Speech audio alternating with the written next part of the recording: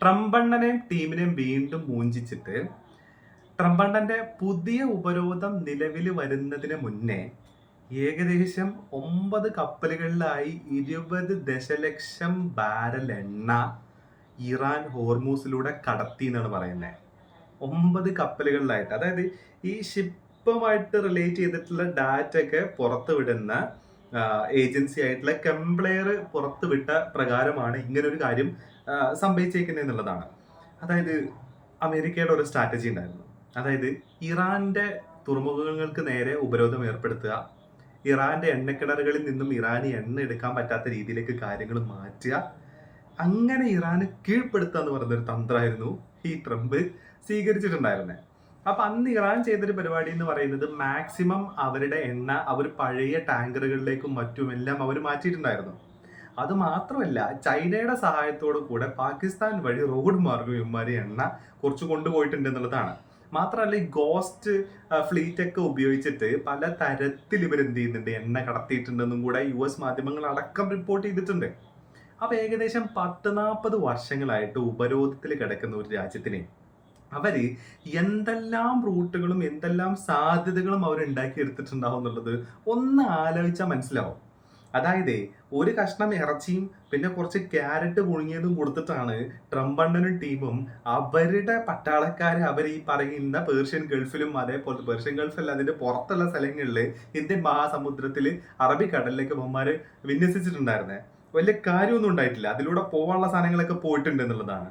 അപ്പോൾ ഈ ബുധനാഴ്ച ഈ സെൻകോം പുറത്തു വിടുമ്പോഴാണ് ഈ പറയുന്ന ഇറാന്റെ ഈ പറയുന്ന എന്താ പറയുക തുറമുഖങ്ങൾക്ക് നേരെ ഉപരോധം ഏർപ്പെടുത്തി എന്ന് പറയുന്നത്. അതിന്റെ മുന്നേ മാക്സിമം കൊണ്ടുപോകാൻ പറ്റുന്ന അത്രയും എണ്ണ ഇറാൻ അതുവഴി കടത്തിയിട്ടുണ്ട് എന്നുള്ളതാണ്.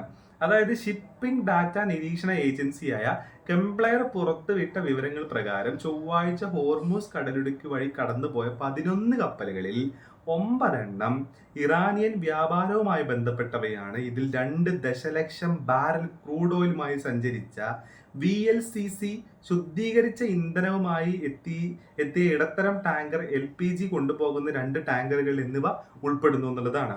അപ്പോൾ ഇതാണ് സംഭവിച്ചേക്കുന്നത് എന്നുള്ളത് ചെറുതായിട്ടൊന്ന് മൂഞ്ചിച്ച് വിട്ടിട്ടുണ്ട്. നിങ്ങൾ കുറച്ച് ടീമുകൾ അവിടെ കുറച്ച് സാധനങ്ങളൊക്കെ ആയിട്ട് നിങ്ങൾ അവിടെ എന്ത് ചെയ്യും, അവിടെ കിടന്നോ, ഞങ്ങൾക്ക് കൊണ്ടുപോകാനുള്ള സാധനങ്ങൾ ഞങ്ങൾ ഇടയിൽ കൂടെ എങ്ങനെയെങ്കിലൊക്കെ ആയിട്ട് ഞങ്ങൾ എല്ലാം നൈസായിട്ട് കൊണ്ടുപോകുന്നുള്ളതാണ് ഇറാൻ ഇതിലൂടെ ഒക്കെ പറയുന്നത്. അപ്പോൾ ഈ രീതിയിൽ പല തരത്തിലുള്ള തിരിച്ചടികൾ ഉണ്ടാവുന്നുണ്ട്. ഒന്നാമത് സ്വാതന്ത്ര്യം വേണം, സ്വതന്ത്രമായിട്ടുള്ള വ്യാപാരപാത തുറക്കണം എന്നൊക്കെ പറഞ്ഞിട്ട് കുറേ കാശും പൊട്ടിച്ചിട്ട് കുറേ ടീമുകൾ അവിടെ കൊടുന്നിട്ടേക്കുക. ഇപ്പൊ ഒരു സ്ഥിരീകരിക്കാത്ത ഒരു ന്യൂസും കൂടെ വരുന്നുണ്ട്, സ്ഥിരീകരിച്ചിട്ടില്ല. അതുകൊണ്ട് തന്നെ എത്രത്തോളം വിശ്വസനീയമാണെന്നുള്ളൊരു ഡൗട്ട് കൂടെ ഉണ്ട്. അതായത് ബഹ്റൈനിലും അതേപോലെ തന്നെ UAE-യിലും കുവൈത്തിലൊക്കെയുള്ള ഇറാനിയൻ പൗരന്മാരോട് അവിടുന്ന് തിരിച്ചു വരാൻ പറഞ്ഞിട്ടുണ്ട്. അതേപോലെ തന്നെ ഹോർമൂസിൽ കപ്പലുകളിലുള്ള ആൾക്കാരൊക്കെ അവിടുന്ന് ഒഴിപ്പിക്കണം എന്നുള്ള രീതിയിലേക്കൊക്കെ ഒഴിഞ്ഞു പോകണം എന്നൊക്കെയുള്ള രീതിയിലേക്കുള്ള കാര്യങ്ങളൊക്കെ പുറത്തു വരുന്നുണ്ട്. അപ്പൊ എന്തിനാണ് ഇവർ കോപ്പ് കൂട്ടുന്നത് എന്നുള്ള ഡൗട്ട് ഉണ്ട്. പക്ഷെ ഇത് സ്ഥിരീകരിച്ചിട്ടില്ല. ട്വിറ്ററിലും അവിടെയും ഇവിടെയും അതേപോലെ തന്നെ IRGC ന്യൂസ് പോലുള്ള ഇതിലൊക്കെയാണ് വന്നേക്കുന്നത്. ഒഫീഷ്യലി അങ്ങനെ എവിടെയും കണ്ടിട്ടില്ല. പക്ഷെ എന്നിരുന്നാൽ കൂടെ എന്തോ മാസീവ് ആയിട്ടുള്ള ഒരു സാധനം വരാൻ പോകുന്നുണ്ട് എന്നുള്ളതാണ്. അത് എങ്ങനെ ആ റീജിയനിലെ തന്നെ ജിയോ പൊളിറ്റിക്സ് ചേഞ്ച് ആവും എന്നുള്ളതും കൂടെ നോക്കണം. അത് മാത്രമല്ല, ഇറാൻ വേറൊരു കാര്യം കൂടെ ഇതിന്റെ കൂട്ടത്തിൽ പറഞ്ഞിട്ടുണ്ട്.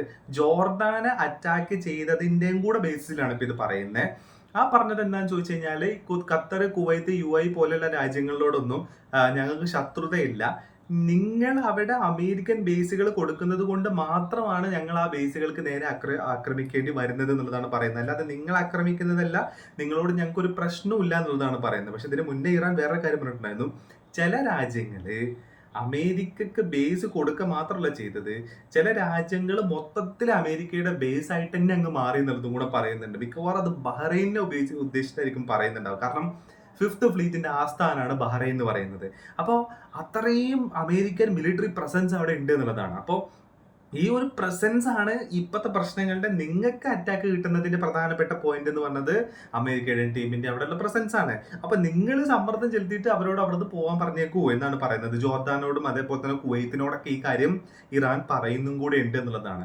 അപ്പോ ഇറാനെ എന്താ പറയാ ഉപരോധം ഏർപ്പെടുത്തുക, ഇറാനിലെ ഉള്ള എണ്ണ കൊണ്ടുപോവാതെ ഇറാനെ വീർപ്പ് മുട്ടിക്കുക എന്നൊക്കെ പറയുന്ന പരിപാടി എന്തായാലും നടക്കാൻ പോകുന്നില്ല. 40 വർഷത്തെ ഉപരോധത്തിന്റെ ഇടയിൽ നിന്ന് ഇതിനെങ്ങനെ ടാക്കിൾ ചെയ്യണം എന്നുള്ളത് പഠിച്ച രാജ്യം കൂടിയാണ് ഇറാൻ എന്ന് പറയുന്നത്. അപ്പൊ ഉമ്മാക്കി കാണിച്ചിട്ട് ഞങ്ങളെ കയ്യിൽ കുറെ F-15ഉം F-35ഉം MQ-9 റീപ്പറൊക്കെ ഉണ്ടെന്നൊക്കെ വിചാരിച്ചിട്ട് ഒരു കാര്യമില്ല.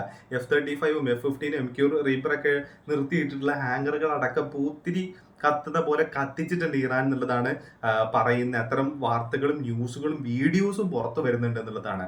അപ്പോൾ നമുക്ക് നോക്കാം എങ്ങനെയാണ് ഇതിനി എസ്കലേറ്റ് ചെയ്യാൻ പോകുന്നത്. നമ്മുടെ വീടുകളിലുള്ള അടുക്കളയിലേക്കൊക്കെ ഇതിന്റെ ഇമ്പാക്ട് എങ്ങനെ കയറി വരുന്നു എന്നുള്ളതും കൂടെ ഇനിയിപ്പോ കാത്തിരുന്ന് കാണണം എന്നുള്ളതാണ്.